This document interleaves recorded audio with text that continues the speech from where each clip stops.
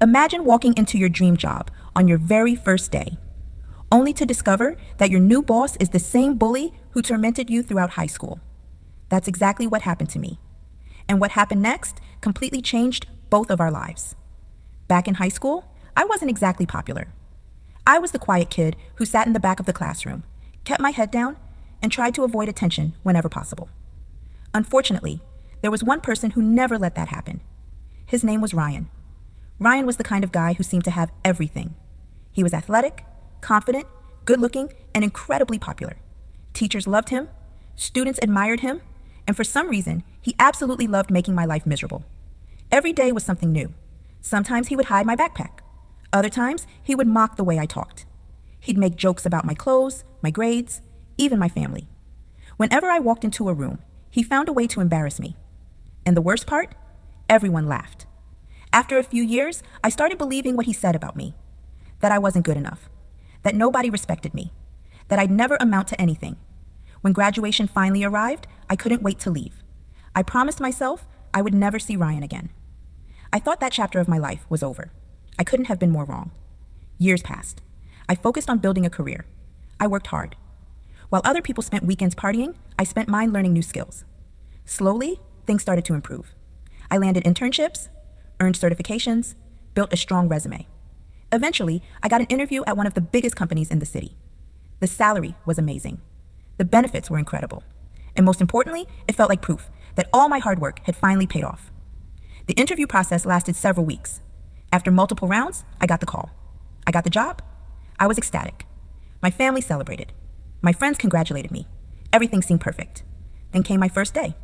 I arrived early, new suit, fresh haircut, coffee in hand. I was nervous but excited.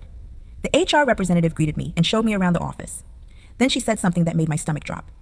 "Let's introduce you to your department manager." We walked into a large office. A man stood up from behind a desk. The moment our eyes met, my heart nearly stopped.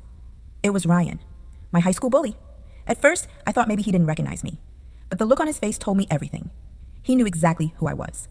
For a few seconds, neither of us spoke. Then he smiled. "Wow, long time no see."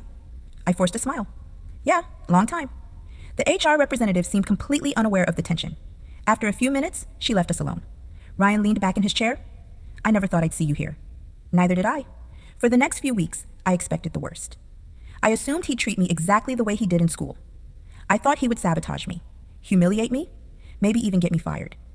Every time he assigned me a project, I wondered if it was a trap. Every meeting felt like a test.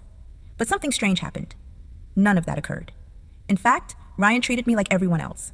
Professional, respectful, fair. I couldn't understand it. The guy who once made my life miserable was now acting completely different. Still, I didn't trust him. Not yet. One afternoon, everything changed. Our department was preparing for a major presentation. A mistake had been made in a financial report. A serious mistake. One that could cost the company a lot of money. The blame quickly landed on me. Several managers believed I was responsible. I was called into a meeting. The room felt like a courtroom. Everyone was staring at me. I thought my career was over. Then Ryan spoke. "Actually, he's not responsible." The room went silent. Ryan explained exactly what had happened. He showed evidence proving the error came from another department. Not mine.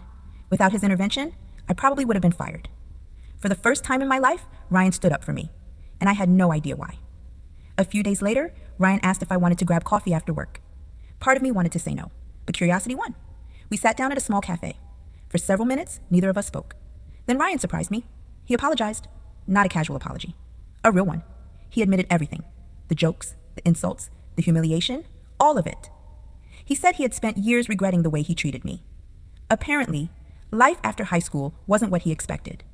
He lost friendships, struggled personally, and eventually realized how much damage he had caused other people, including me. "I was an idiot," he said. "I thought being popular made me important." I didn't know what to say. For years, I'd imagined confronting him, getting revenge, making him feel what I felt. But now that moment was here, it didn't feel satisfying. It felt sad. Over the following months, something unexpected happened. We became friends. Not instantly. Trust takes time. But little by little, we got to know each other as adults instead of high school stereotypes. I learned that Ryan had changed. And he learned that I wasn't the insecure kid he used to pick on. The irony wasn't lost on either of us. The bully who once tried to make me feel small had become one of the people supporting my career. Then came the biggest twist of all. About a year later, a senior leadership position opened up. Several employees were being considered, including me. The promotion would completely change my career. But competition was fierce. When leadership requested recommendations, Ryan submitted one on my behalf. And according to him later, it was one of the strongest recommendations he'd ever written.